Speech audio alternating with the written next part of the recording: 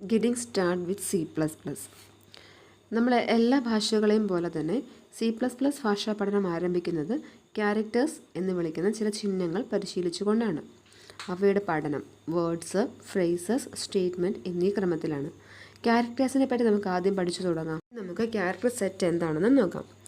English, Malayalam, Hindi തുടങ്ങി നമ്മൾ ഏതൊരു ഭാഷയും പഠിക്കണമെങ്കിൽ നമുക്ക് ആദ്യം എന്തറിഞ്ഞിരിക്കണം? അക്ഷരമാല അറിഞ്ഞിരിക്കണം. അതുപോലെ C++ ഭാഷയ്ക്കും അതിൻ്റെതായ അക്ഷരമാലയുണ്ട്. അതിനെ നമ്മൾ ക്യാരക്ടർ സെറ്റ് എന്നാണ് വിളിക്കുന്നത്. A set of characters recognized by a computer. അതായത് ഒരു കമ്പ്യൂട്ടറിന് മനസ്സിലാക്കാൻ സാധിക്കുന്ന കുറച്ച് സെറ്റ് ഓഫ് ക്യാരക്ടേഴ്സ് ഉണ്ട്. അവയാണ് നമ്മൾ ക്യാരക്ടർ സെറ്റ് എന്ന് പറയുന്നത്. പ്രോഗ്രാമിംഗ് ഭാഷയിൽ നമ്മൾ ഈ അക്ഷരങ്ങളെ എല്ലാം കൂടെ കൂട്ടിച്ചേർത്ത് പറയുന്ന ടേമാണ് ക്യാരക്ടർ സെറ്റ് എന്ന്. ഇതിന് നിയമാനുസൃതമായി ഒരു കൂട്ടം ചിഹ്നങ്ങളുണ്ട്. അവയെ നമ്മൾ ക്യാരക്ടേഴ്സ് എന്ന് വിളിക്കുന്നു. അതുപോലെ തന്നെ അക്ഷരങ്ങളുണ്ട്, അതായത് ലെറ്റേഴ്സ് ഉണ്ട്, സംഖ്യകളുണ്ടായിരിക്കും, പിന്നെ മറ്റ് ചിഹ്നങ്ങളുണ്ട്. ഇവയെല്ലാം ഒരുമിച്ച് കൂട്ടത്തിൽ നമ്മൾ പറയുന്ന ആ ഒരു ടേമാണ് ക്യാരക്ടർ സെറ്റ് എന്ന് പറയുന്നത്. ഇനി C++ ക്യാരക്ടർ സെറ്റുകൾ എത്ര ടൈപ്പ് ഉണ്ടെന്ന് വെച്ചാൽ 5 ടൈപ്സ് ആണ് അവൈലബിൾ ആയിട്ടുള്ളത്. ഏതൊക്കെയാണെന്ന് പറയാം. ഒന്നെന്ന് പറഞ്ഞാൽ ലെറ്റേഴ്സ് എന്ന് ഉദ്ദേശിക്കുന്നത് നമ്മൾ ഇംഗ്ലീഷ് ആൽഫബറ്റ്സിലെ ക്യാപിറ്റൽ A മുതൽ ക്യാപിറ്റൽ Z വരെയുള്ള ലെറ്റേഴ്സും അതുപോലെ small a to small z വരെ ലെറ്റേഴ്സിനെയും എല്ലാം ഒരുമിച്ച് ഒരു ഗ്രൂപ്പായിട്ട് പറയുന്നതാണ് ലെറ്റേഴ്സ്. നെക്സ്റ്റ് നമ്പർ 2 ഡിജിറ്റ്സ് എന്ന് പറഞ്ഞാൽ നമ്മൾ 0 to 9 വരെയുള്ള നമ്പേഴ്സ്, ഡെസിമൽ നമ്പർ സിസ്റ്റം ഡിജിറ്റ്സിൻ്റെ കൂട്ടത്തിൽപ്പെടുന്നതാണ്. വേണമെങ്കിൽ നമുക്ക് ഒക്ടൽ നമ്പർ സിസ്റ്റം ഈ കൂടെ പറയാം. അത് 0 to 7 വരെയാണ്. അതുപോലെ ബൈനറി നമ്പേഴ്സ് 0 and 1 മാത്രമുള്ള നമ്പർ സിസ്റ്റമാണ് ബൈനറി നമ്പേഴ്സ്. പിന്നെ ഹെക്സാഡെസിമൽ, അതെന്താ 0 to 9 വരെയുള്ള നമ്പേഴ്സും പ്ലസ് A മുതൽ F വരെയുള്ള 15 നമ്പേഴ്സ് കൂടി ചേരുന്നതാണ് ഹെക്സാഡെസിമൽ നമ്പർ സിസ്റ്റം. അപ്പോൾ ഇതെല്ലാം കൂടെ ചേരുന്ന ആ ഒരു ഗ്രൂപ്പിന് നമുക്കെന്തെന്ന് പറയാം? ഡിജിറ്റ്സ് എന്ന് പറഞ്ഞ ആ ഒരു സെറ്റ്, ആ ഒരു ക്യാരക്ടേഴ്സിനെ ആ ക്യാരക്ടർ സെറ്റിനകത്ത് പെടുത്താം.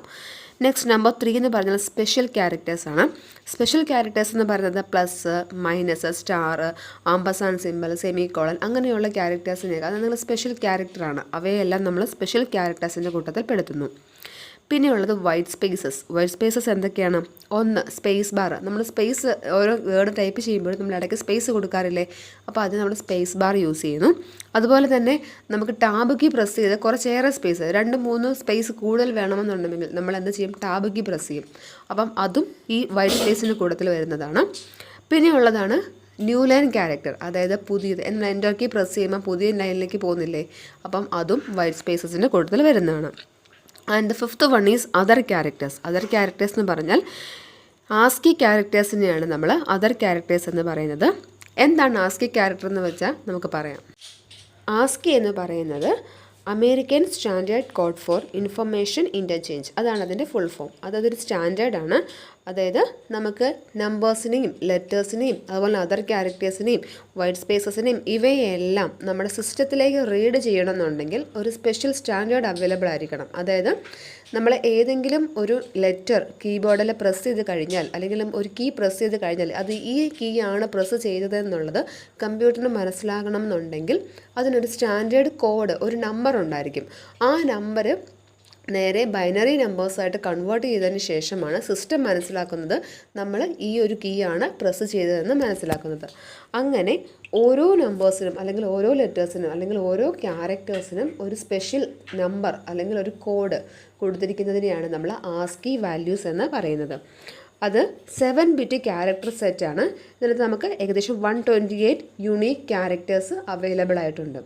നമ്മൾ സാധാരണഗതി പറയുവാണെങ്കിൽ ഒരു A എന്ന് പറഞ്ഞ് നമ്മുടെ ക്യാപിറ്റൽ ലെറ്റർ A നമ്മൾ പ്രസ് ചെയ്ത് കഴിഞ്ഞാൽ നമ്മൾ A ആണ് പ്രസ് ചെയ്തതെന്ന് സിസ്റ്റം മനസ്സിലാക്കാൻ അതിൻ്റെ ഒരു സ്റ്റാൻഡേർഡ് വാല്യൂ ഉണ്ട്, അല്ലെങ്കിൽ ആസ്കി വാല്യൂ ഉണ്ട്. ആ വാല്യൂ ആണ് 65 എന്ന് പറയുന്നത്. അതുപോലെ ക്യാപിറ്റൽ B ആണ് പ്രസ് ചെയ്തിരിക്കുന്നതെങ്കിൽ 66, ക്യാപിറ്റൽ C ആണെങ്കിൽ 67, അങ്ങനെ അപ് ടു ക്യാപിറ്റൽ Z വരെ നമ്പർ സിസ്റ്റം കണ്ടിന്യൂവലി പോകുന്നു. അതുപോലെ നമ്മൾ സ്മോൾ a ആണ് പ്രസ് ചെയ്തിരിക്കുന്നുണ്ടെങ്കിൽ 97 ആയിരിക്കും അതിൻ്റെ ആസ്കി വാല്യൂ, സ്മോൾ ബിക്ക് 98, അങ്ങനെ അപ് ടു അങ്ങനെ പോകുന്നു. അതുപോലെ തന്നെ നമുക്ക് $സൈൻ ആണ് പ്രസ് ചെയ്തിരിക്കുന്നതെങ്കിൽ അതിന് കറസ്പോണ്ടിങ് ആയിട്ടുള്ള ആസ്കി വാല്യൂ ഉണ്ട്. അങ്ങനെ ഓരോന്നിനും ഓരോ ആസ്കി വാല്യൂസ് അവൈലബിൾ ആണ്. ഇത് വെച്ചിട്ടായിരിക്കും ആ നമ്പർ വെച്ചിട്ടായിരിക്കും ബൈനറി വാല്യൂ ആയിട്ട് കൺവേർട്ട് ചെയ്യുന്നത്. അത് കൺവേർട്ട് ചെയ്ത് കഴിയുമ്പോൾ സിസ്റ്റം മനസ്സിലാക്കും നമ്മൾ പ്രസ് ചെയ്തിരിക്കുന്നത് ഏത് കീ ആണെന്ന് മനസ്സിലാക്കും. അതിനുവേണ്ടിയാണ് ആസ്കി നമ്പേഴ്സ് യൂസ് ചെയ്യുന്നത്. അപ്പോൾ ആസ്കി വാല്യൂസ് എന്ന് പറയുന്നതും ഈ അതർ ക്യാരക്ടേഴ്സിൻ്റെ കൂട്ടത്തിൽ പെടുന്നതാണ്.